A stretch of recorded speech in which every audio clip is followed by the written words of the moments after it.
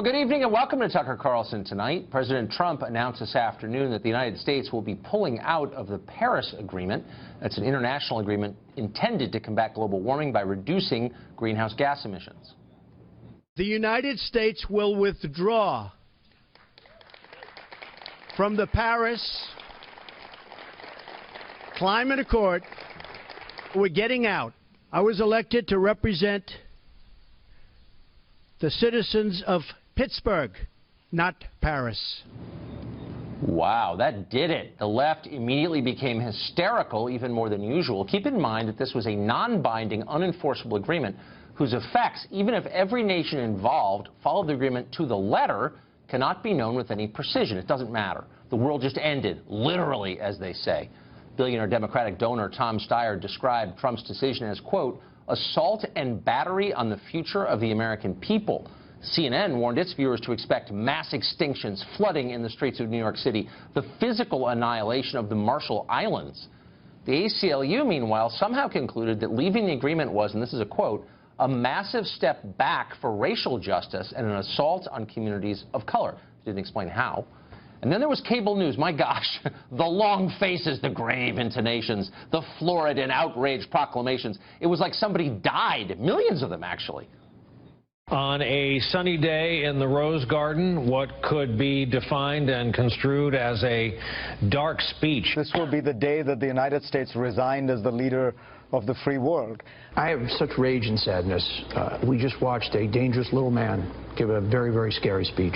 One of the most bleak depictions of America's role in the world as environmental partners. So he is not helping the forgotten American. He is hurting them. Their kids will have worse asthma in the summer. The president who talked about putting America first has now put America last. Well, we're no longer obviously talking about science here. What you're watching is a priesthood defending its faith. The essence of science, meanwhile, is skepticism that's relentlessly testing what you think you know to make certain you actually know it. The people who ran the space program didn't know everything, and they knew it. That's not happening here. It's not allowed. Press for explanations as to what they're talking about, and you're attacked as immoral, a denier. The matter is settled. Every word immutable and holy. Questions equal apostasy. Shut up and believe. The irony is that almost none of the religious figures you saw sermonizing on television today actually know much about the Paris Agreement beyond the bullet points they've been handed by their producers 10 minutes before. What's in it? Do they have any idea? And if so, why haven't they told us till now? Before today, most of the people you just saw spent far more time yammering about Clockboy and transgender bathrooms than about climate accords. So what is in the agreement? Well, there are a lot of things in the agreement, and a few of them are worth knowing. First, if the U.S. were to stick with this accord, we'd be pledging to cut our greenhouse gas production by at least 26% below the levels it was in 2005. That's a big reduction, and it's not expected of China, India, or other huge polluting countries who, by the way, happen to be our chief economic rivals.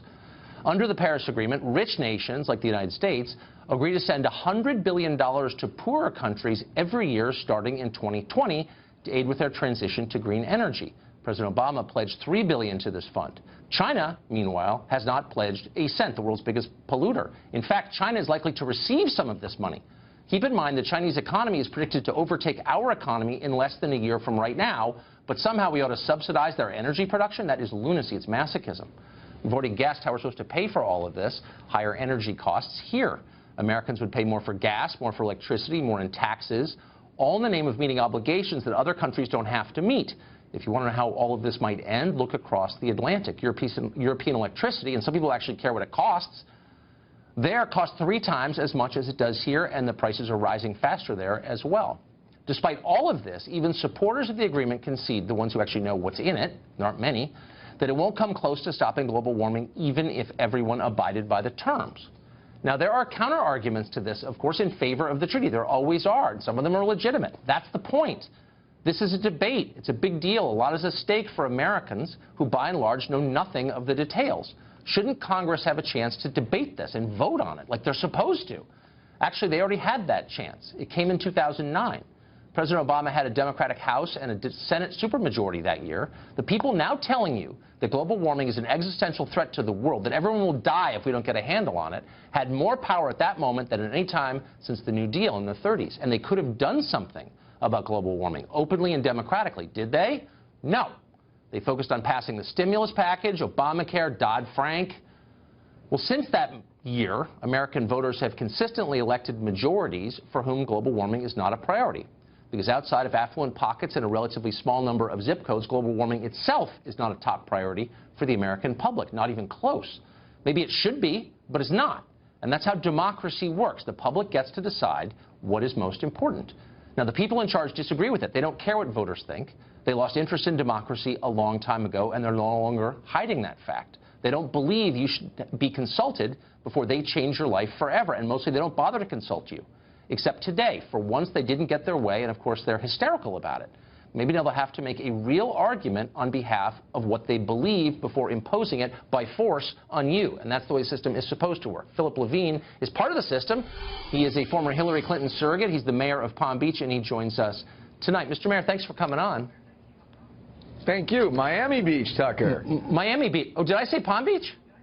You said Palm Beach, and I love Palm Beach, but Miami Beach is where it's at. I have Mar-a-Lago on the mind. Excuse me.